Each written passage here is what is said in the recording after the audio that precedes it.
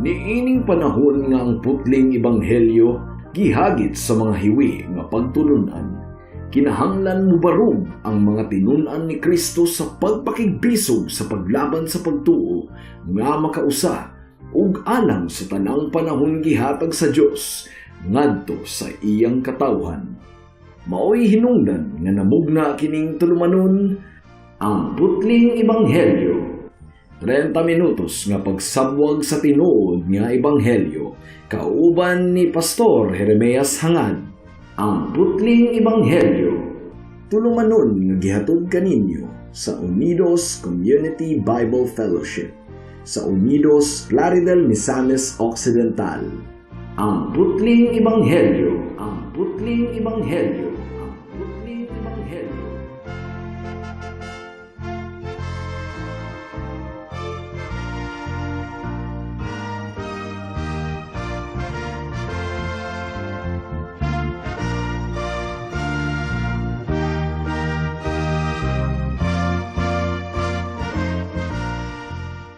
Mayong hapon Unidos, Plaridel, Calamba, Baliangaw, sa Pangdalaga, Rizal, Lupisayna ug kutob sa tanang gidala sa Ginoo sa pagpaminaw niining atong programa nga giuluhan og ang putling ebanghelyo. Sa makausapa kini ang inyong igsuon og higala sa kahanginan si Pastor Jeremias Lauri Hangad sa Unidos Community Bible Fellowship dinuyugan sa iglesia nga nag-sponsor niining atong programa, ang Salitran Covenant Bible Church sa Barangay Salitran, Dakbayan sa Dasmariñas, probinsya sa Cavite. Ang atong teksto ning takna sa kahaponon makita sa Hebreo-hanon Kapitulo 10, versikulo 11 hangtod sa 14. Ang giingon diri: Adlaw-adlaw ang matagpari nga Hudiyo nagbuhat sa iyang relihiyosong tulumanon ug nagsubli-subli paghalad sa samang mga sakripisyo. Apan kining mga sakripisyoha dili gayod makawagtang sa mga sala. Apan si Kristo naghalad og usa ka sakripisyo alang sa mga sala.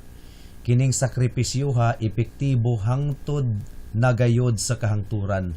Ug unya milingkod siya sa tuo sa Dios, didto nagbuhat siya karon hangtod nga ang iyang mga kaaway himuon sa Dios nga tumbanan sa iyang mga tiil.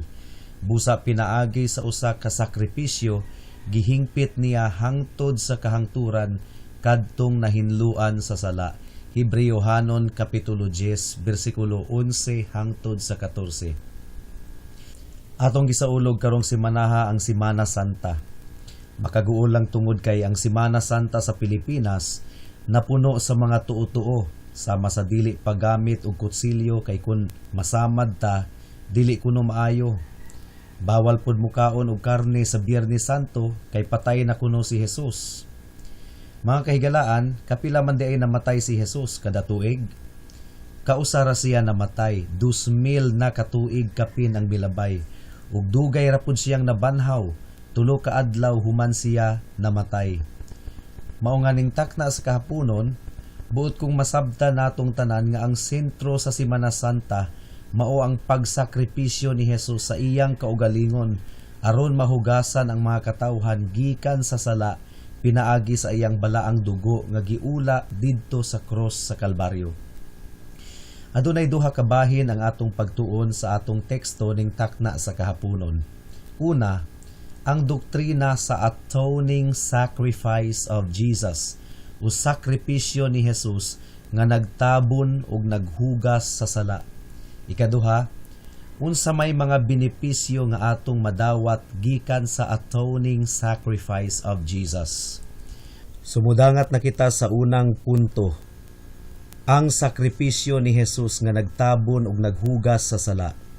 Aduna po itulo ka bahin ang unang punto mahitungod sa sakripisyo ni Jesus nga naghugas ug nagtabon sa sala. Giunsa man kini pagpakita sa atong teksto? Well, gipakita kini pinaagi sa tulo ka butang. Una, pinaagi sa pagtandi. Ikaduha, pinaagi sa paghulagway. Ug ikatulo, pinaagi sa pagpakita sa resulta niini. Atong unahon ang pagtandi. Unsa may gitandi? Ang atong teksto nagtandi sa kalainan sa mga pari sa daang tugon ug kang Hesus nga pangulong pari sa bag-ong kasabutan. Sa daang tugon, mga kahigalaan, sumala sa atong teksto, mao nga daghang mga pari sa daang tugon. Ang giingon sa atong teksto, adlaw-adlaw ang matag pari nga Hudiyo. Matag pari, ngang buti pasabot, daghan sila. Daghang mga pari sa usa ka higayon. Daghan manggod kaayong mga sakripisyo sa templo nga dili kayang buhaton sa usa lamang ka pari. Ug kay daghan mang mga pari sa matag henerasyon, daghan pong mga pari nga mupuli kanila sa sunod nga henerasyon. Ini kamatay sa usa ka pari, pulihan siya sa iyang mga anak. Karon nganong daghan mang mga pari sa una? Kini tungod kay walay bisag usa ka pari nga makalampos sa trabaho sa paghupay sa kasuko sa Dios sa sala sa mga katawhan. Daghang mga pari sa daang tugon ug sa pagpanaw sa usa ka henerasyon, aduna na puy laing makapanunod sa opisina sa pagkapari. Karon sa bag-ong tugon, mao kini ang himaya ni Kristo. Usa lamang siya.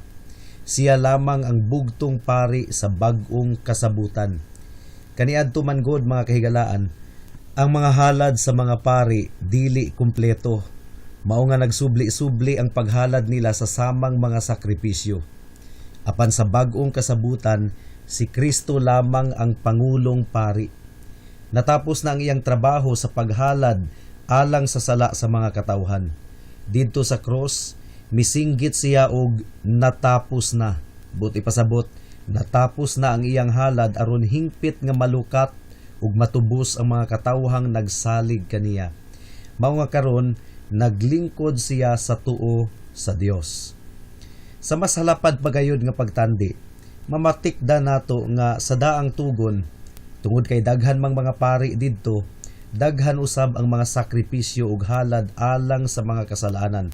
For example, karong tuiga ang pangulong pari muhalad alang sa sala, apan sa sunod tuig musubli ra gihapon siya sa paghalad tungod kay wala man gihapon matangtang ang sala sa mga katawhan.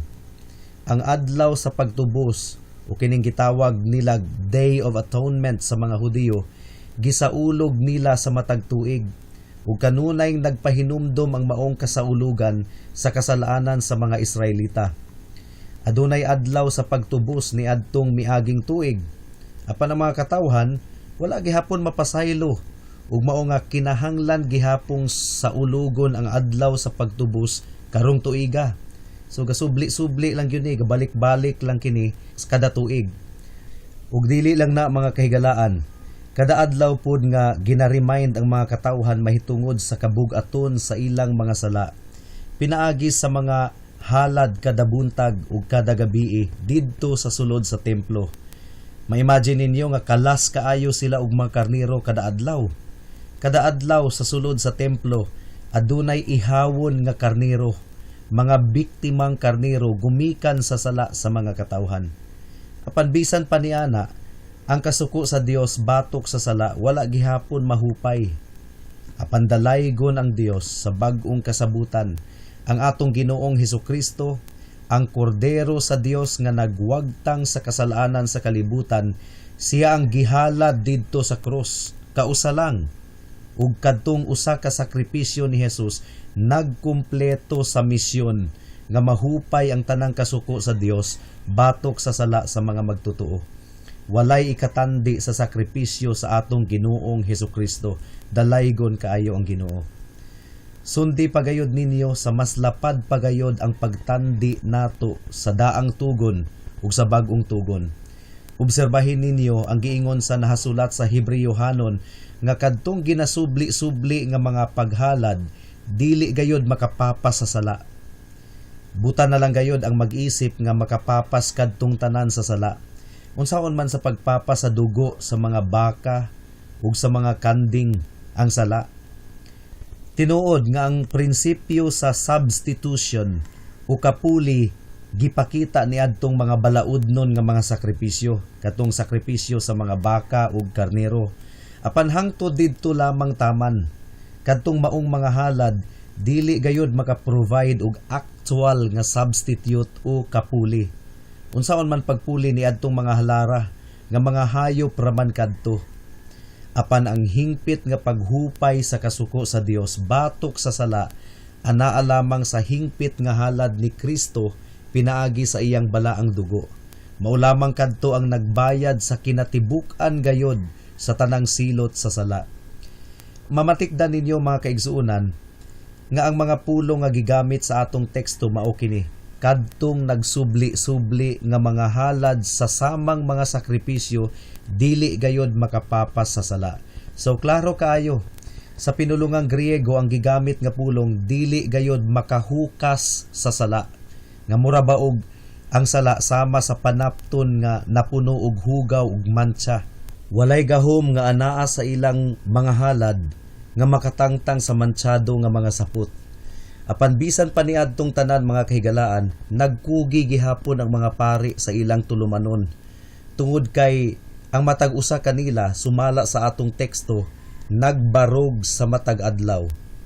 Ang buot pasabot niini, nagtrabaho sila sa walay pag-undang kada adlaw. Masinugtanon pud sila tungod kay wala man sila naghalad og mga sakripisyo sumala sa ilang imahinasyon. Kundili sa giingon sa atong teksto, naghalad sila sa sasamang mga sakripisyo. Ang buot ipasabot niini, wala sila migawas sa giprescribe sa Ginoo nga matang sa mga halad.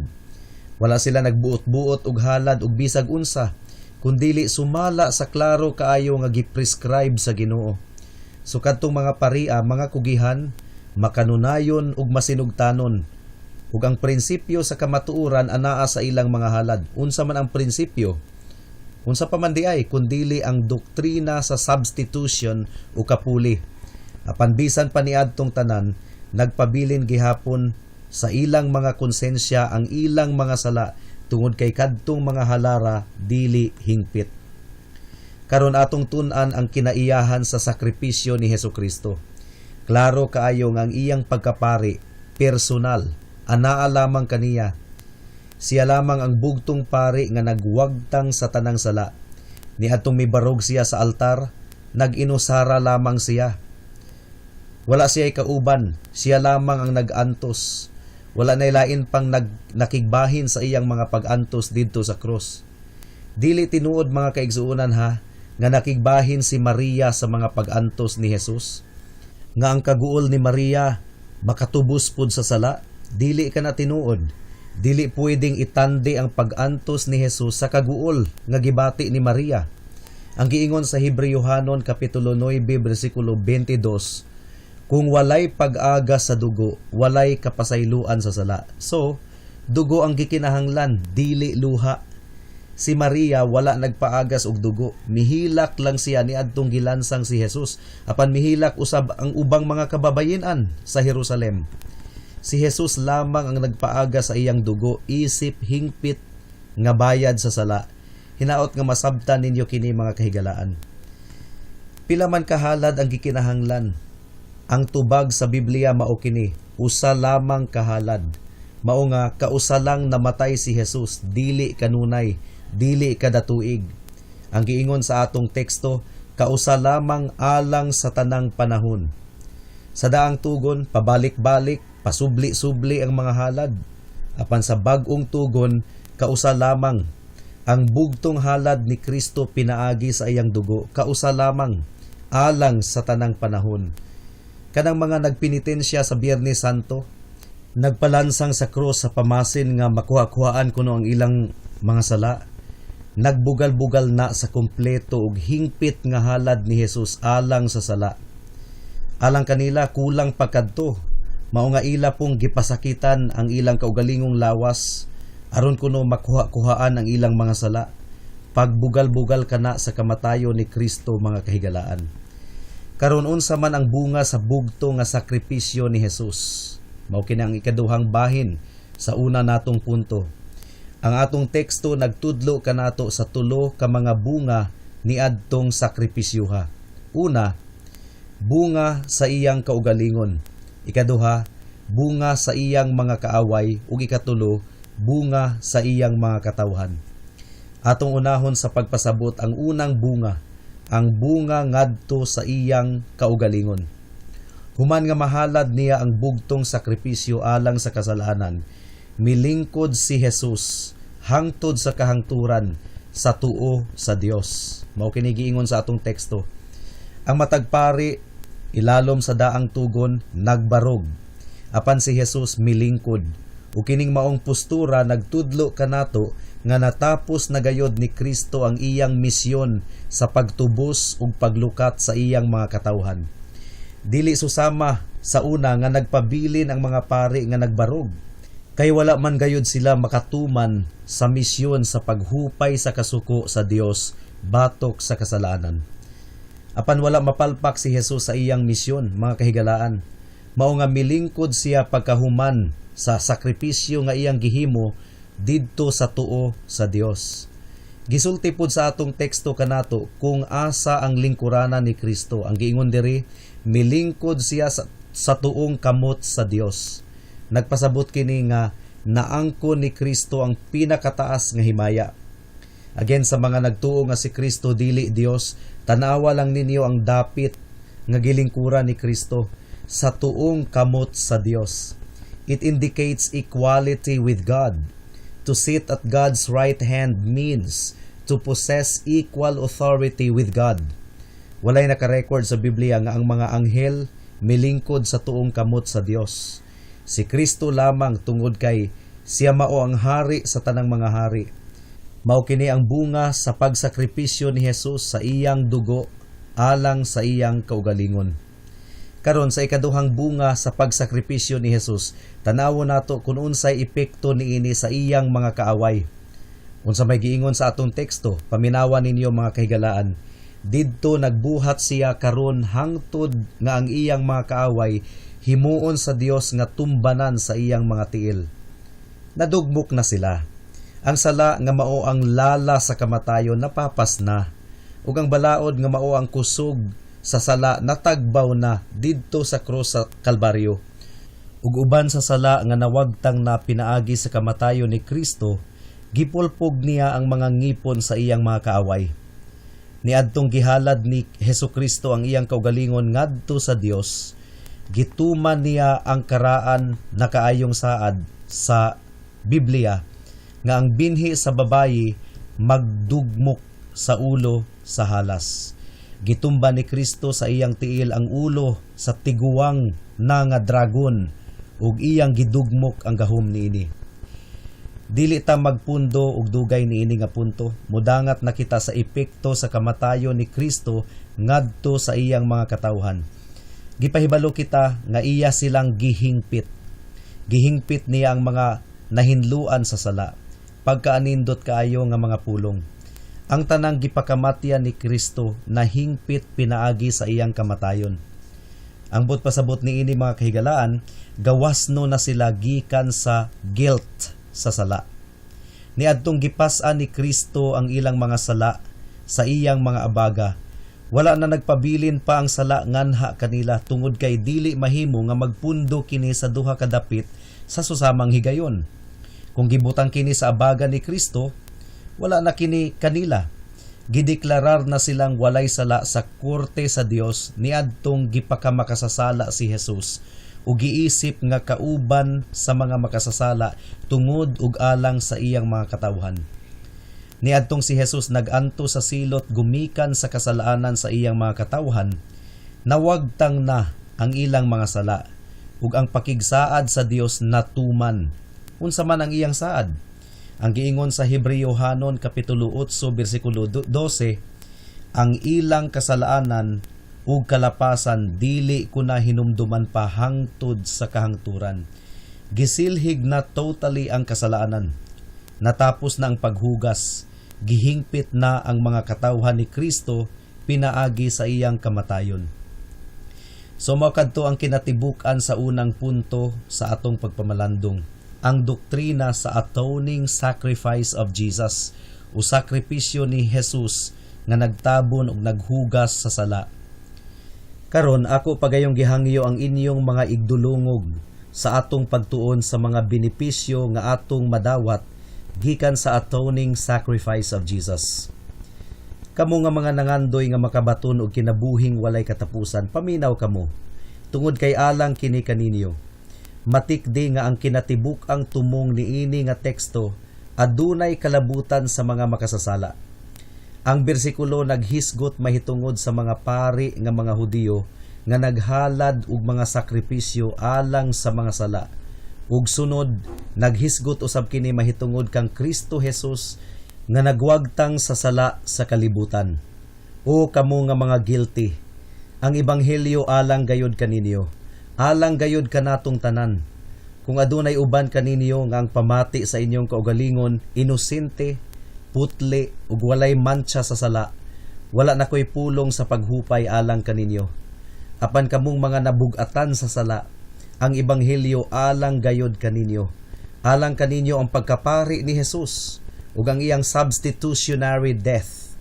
Alang usab kaninyo ang paghari ug gahom ni Jesus sa langit. Kini nga kamatuoran makahupay gayud sa konsensya nga nabugatan sa sala. Aduna bay pipila kaninyo nga nag-ingon nga, murag imposible man nga maluwas ko, guilty manggod kaayo ko. Ayaw tuuhi kanang maong bakak ni Satanas. Ang anak sa tawo mianhi aron sa pagpangita ug pagluwas sa mga nangawala. Ang tumong sa ebanghelyo mao nga wagtangon ang sala, mao nga haum kini sa gikinahanglan nimo higala. Dugang pagayod, ani apay pagpamalandong, kini mao nga ang pagkaepektibo sa paghugas ni Kristo sa sala nagpabilin hangtod karon. Ug sama ra gihapon kaniadto, gihalad niya ang usa ka sakripisyo alang sa mga sala. Hangtod asa taman ang epekto sa maong sakripisyo? Hangtod sa 1,000 ka tuig? Dili. Ang giingon sa atong teksto, hangtod sa kahangturan. Forever. One sacrifice for sins forever. Moingon ang yawa kanimo nga walay pulos kung musalig ka kang Kristo. Tungod kay dako ra kayo ang imong sala, tubaga siya nga bakakon siya. Si Kristo naghalad na og sakripisyo alang sa mga sala hangtod sa kahangturan. Adunay efficacy o pagkaepektibo ang paghugas ni Jesus hangtod sa kahangturan. The atoning sacrifice has no limit in its merit. The salvation of some has not drained it of even the smallest degree of its power. He has made one sacrifice for sins forever. Mao kini ang giingon sa atong teksto. Mao nga muduol gayud ako kaniya. Makahimo siya sa pagluwas kanako.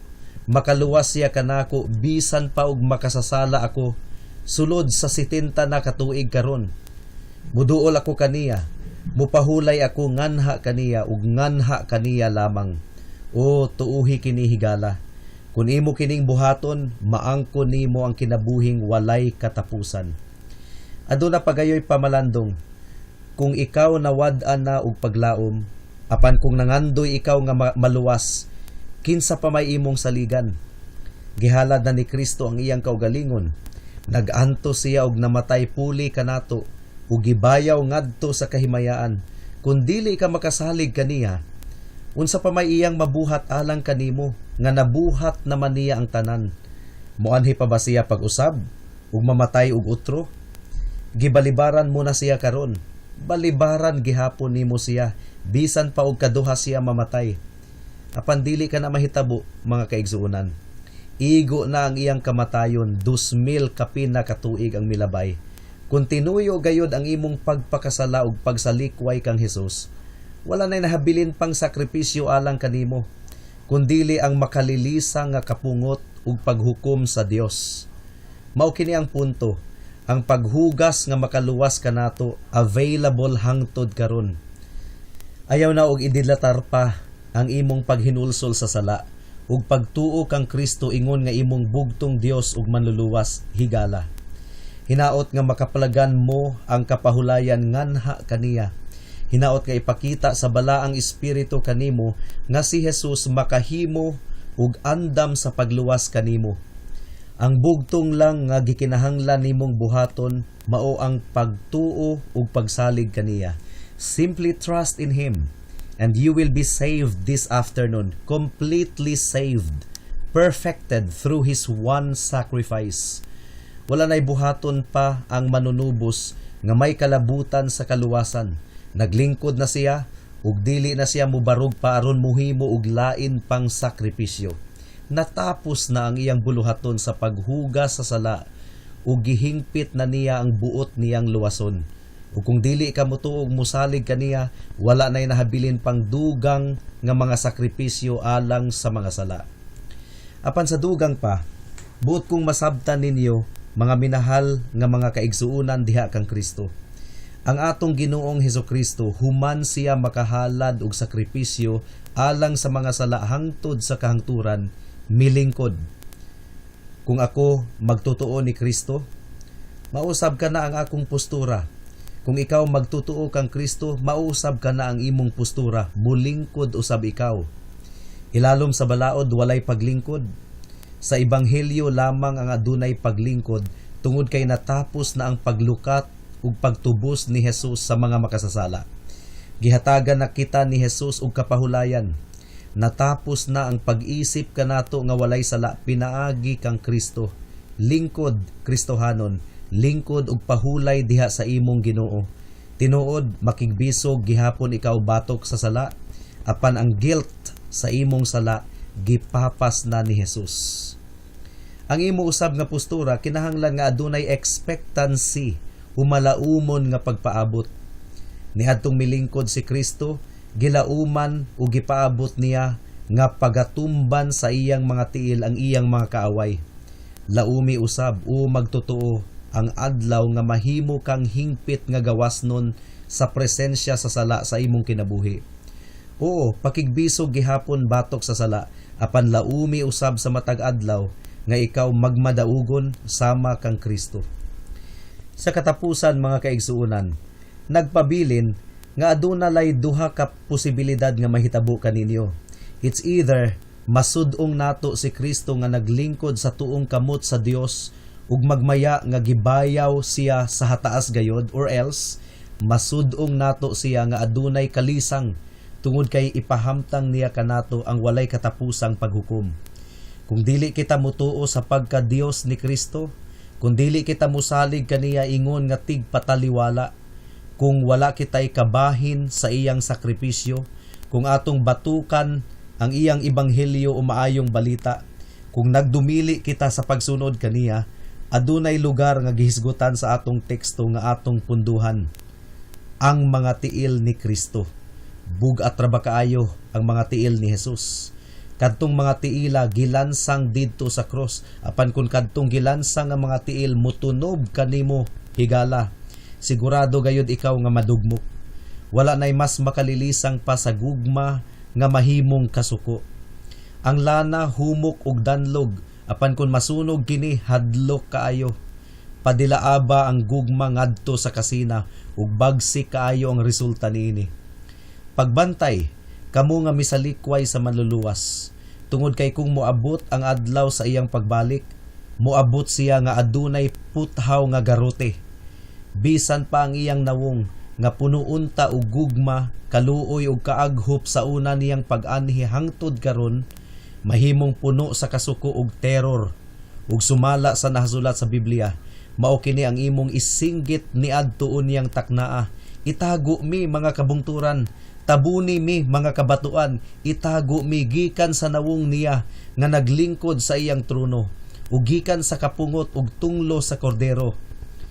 Pagkakahibulungan nga pagsagol sa mga pulong mga kahigalaan, the wrath of the Lamb o ang tunglo sa kordero. Usa kini sa mga makalilisang kaayo nga mga ekspresyon sa Biblia. Hinaot nga ipabati sa Dios kanato ang makalilisang nga kahulugan niini. Hinaot nga ang iyang dugo maghugas kanato. Amen. Hangtod din hilang kita taman sa atong pagtuon karong taknaa, tungod kay wala na kitay oras pa. Sa makausap pa, giimbitar ko kamo sa pagtambong sa atong panimbahon ugmang adlaw, adlawng Domingo, adlaw nga ipagpahulay, 2:00 sa hapon sa panimalay ni Winstro hangad sa Unidos. Daghang salamat.